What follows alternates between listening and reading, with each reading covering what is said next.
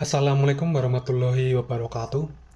Perkenalkan, nama saya Rifki Bayu Arianto dengan NIM 231157002 dari kelas Big Data 1. Pada kesempatan kali ini, izinkan saya untuk mempresentasikan atau membahas terkait hasil dari penelitian atau praktikum pada tugas akhir mata kuliah Big Data dan Data Mining, di mana pada penelitian atau proyek ini saya mengambil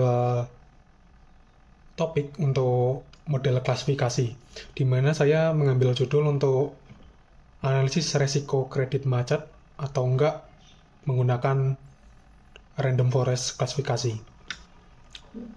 Oke, langsung saja kita masuk ke pembahasannya. Yang pertama yaitu kita untuk collect data itu kita ambil dari UC Machine Learning Repository.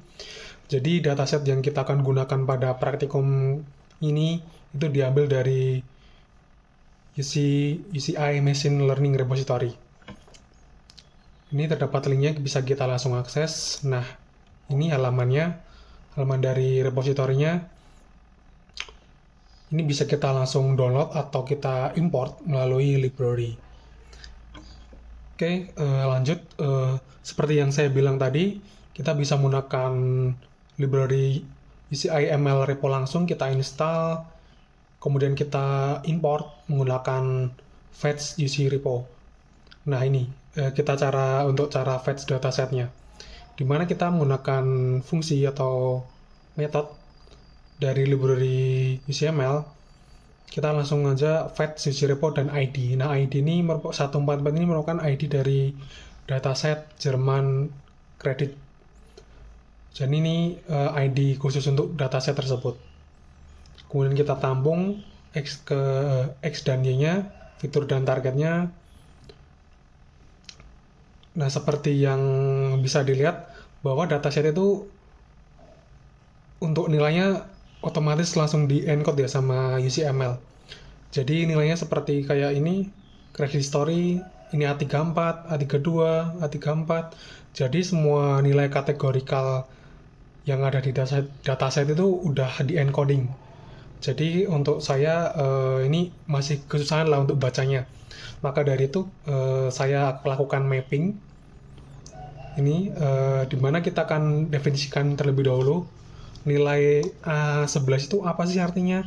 Nah, ini saya dapat dari sini, dari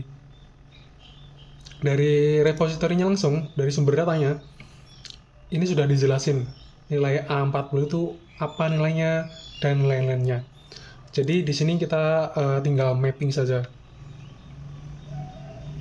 Nah, setelah kita mapping hasilnya seperti ini, jadi ini untuk orang awam masih bisa dibaca ya. Jadi nggak seperti tadi yang kategorikal itu kita sulit nih, A11 apa. Nah, akhirnya kita kan tahu kan A11, oh itu di bawah 0 dm. Sehingga kita bisa lebih mudah lah untuk mempelajari data. Kemudian untuk karakteristik datanya, kalau kita lihat, ini nggak ada nilai yang kosong, semuanya terisi. Jadi aman nanti pada pre-processing. Untuk jumlah datanya ada 1000 data. Dan tipe datanya cukup terbatas, yaitu ada di numerik dan kategorikal. Kemudian untuk jumlah datanya, jumlah fiturnya terdapat 20 fitur dengan satu kelas target, yaitu yang 1 good atau 2 bad. Ini jadi kalau 1 itu berarti ini nggak beresiko macet, kalau 2 itu berarti beresiko macet atau bad. Oke, selanjutnya ada deskripsi atribut utama. Nah, ini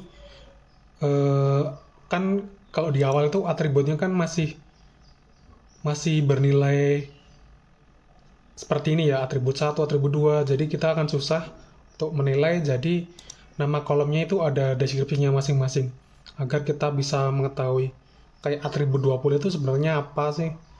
Oh, foreign worker dan lain-lainnya. Oke, selanjutnya kita masuk ke tahapan pre-processing, di mana di tahapan pre-processing ini kita akan menyiapkan dataset ini agar lebih siap lah sebelum kita modeling, agar nanti pada pas modeling itu tidak jelek lah hasilnya. Jadi agar lebih pinter lah modelnya istilahnya ya. Yang pertama yaitu tentunya kita cek missing value-nya, apakah ada nilai yang kosong. Seperti yang kita bahas sebelumnya tadi, terlihat bahwa ini nggak ada data nilai yang kosong. Jadi untuk cek missing value-nya ini pas aman, jadi kita nggak ada nilai yang kosong. Jadi kita akan lanjut. Kemudian ada di encoding. Nah, kan tadi kan data kategorikal itu masih berbentuk A11, A40, nah seperti ini. Nah, ini perlu kita encoding agar berubah jadi numerik agar bisa kita kalkulasi. Jadi kita akan encoding menggunakan label encoder. Menggunakan library dari Scalor, label encoder. Jadi semua kategorikal fitur ini kita akan encode menjadi angka agar bisa kita kalkulasi. Kemudian selanjutnya kita ada scaling. Nah, ini untuk khusus fitur yang numerik, yang angka, ini akan kita samakan skalanya agar nanti pada saat proses kalkulasi atau penilaian itu angka yang besar itu tidak menjadi pengaruh lah untuk model. Jadi semisal ada angka yang jomplang nih, ini cuma 1 tapi kok nilainya ada nilai 1000, nah itu kan jomplang. Jadi nanti bisa jadi model itu lebih bias lah ke angka yang besar. Untuk mengatasinya bisa kita scaling lah. Dan hasilnya untuk datanya kurang lebih seperti ini. Ini setelah kita scaling, kayak durasi ini kita jadi dapat 0, yang sebelumnya segini, puluhan nih. Ini biar sama. Dan kelasnya tadi udah kita ubah jadi 01, 0 untuk yang baik dan 1 yang untuk yang buruk. Kemudian selanjutnya kita akan lakukan EDA. Di mana pada ini kita akan cek apakah data itu memiliki arti atau enggak. Untuk yang pertama ya kita cek imbalance untuk kelasnya. Kita cek nih distribusi dari label targetnya itu seimbang atau enggak. Nah, kalau kita lihat dari visual ini ya, dari tampilan sih data dengan kelas good itu dominan dibanding kelas bad. Jadi bisa dikatakan bahwa dataset ini tidak seimbang. Jadi kebanyakan data itu ada di good. Sekitar di nilainya tepatnya di 700-an data. Dan untuk yang kelas bad itu cuma 300 data. Jadi ini nanti mungkin bisa mempengaruhi dari proses pemodelan. Kita akan coba nantinya. Kemudian kita lihat menggunakan korelasi matrik, menggunakan heatmap. Terlihat bahwa kebanyakan sih nggak ada yang cukup menonjol sih, nilai yang paling tinggi itu. Cukup paling cuma di credit amount sama ini di duration ya. Nilainya paling tinggi.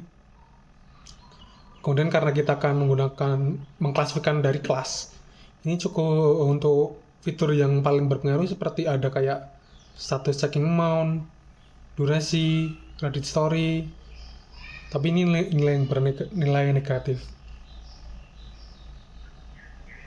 Oke, selanjutnya kita akan cek menggunakan box plot distribusi datanya.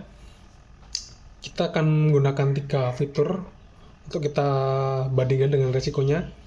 Yang pertama ada durasi peminjaman.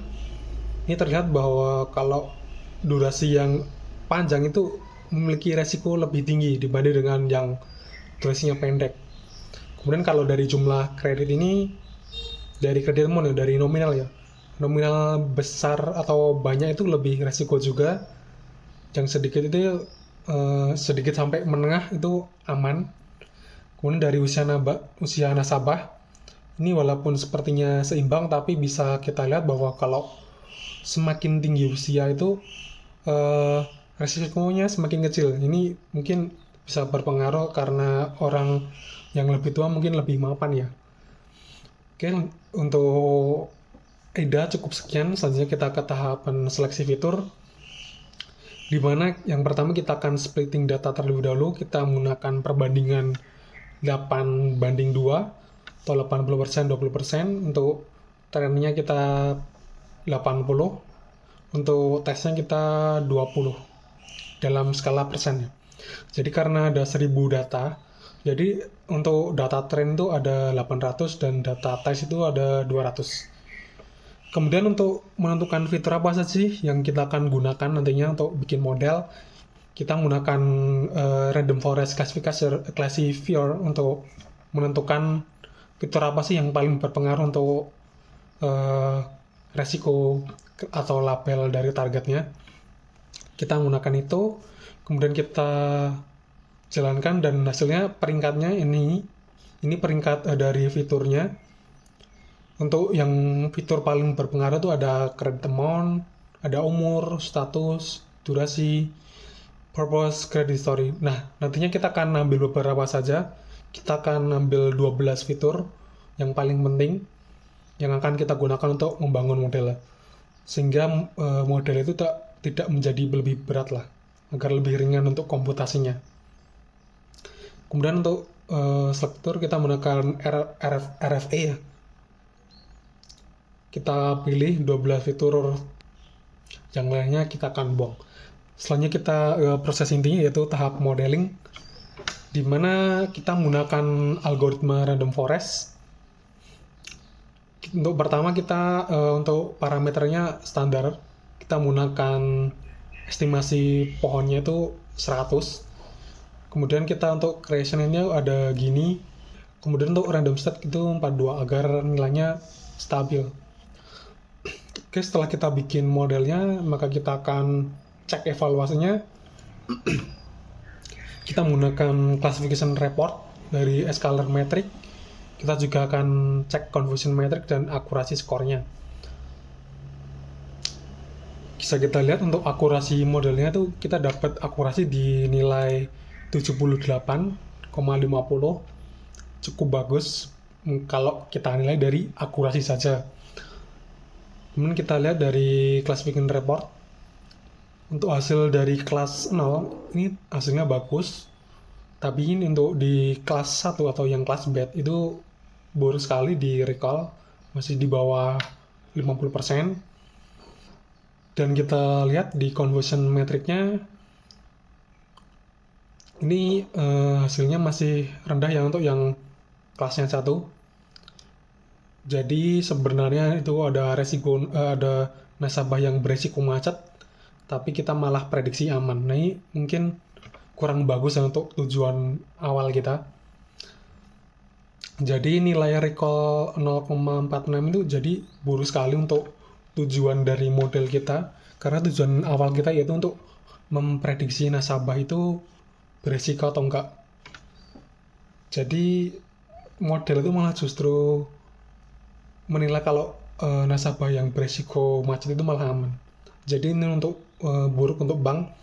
Jadi kita akan coba untuk meningkatkan nilai recall-nya.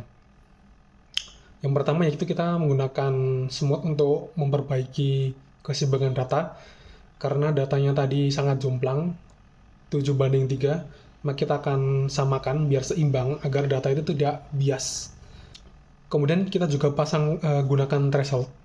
Jadi kan sebelumnya kalau resikonya itu di atas 0,5 itu baru dianggap resiko ya. Sekarang kita turunkan jadi 0,4. Jadi model itu lebih sensitif. Jadi semisal hasilnya 0,4 itu sudah dimasukkan dalam kategori beresiko. Beda yang dengan sebelumnya. Di atas 0,5 itu baru dikatakan beresiko. Oke, kita cek lagi. Nah, hasil akhirnya walaupun nilai akurasinya kita turun, tapi nilai recall kita naik. Nah, ini lebih bagus. Karena tujuan kita itu untuk memprediksi kelas 1 ini.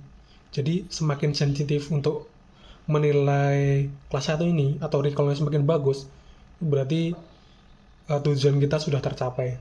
Walaupun nilai akurasinya turun sedikit, tapi ini masih aman, di batas aman. Yang sebelumnya kalau yang salah prediksi di macet itu ada 32, sekarang turun jadi 13. Dan hasilnya sudah bagus. Oke, sekian untuk pembahasan model dari klasifikasi dari random forest dengan topik analisis resiko kredit macet.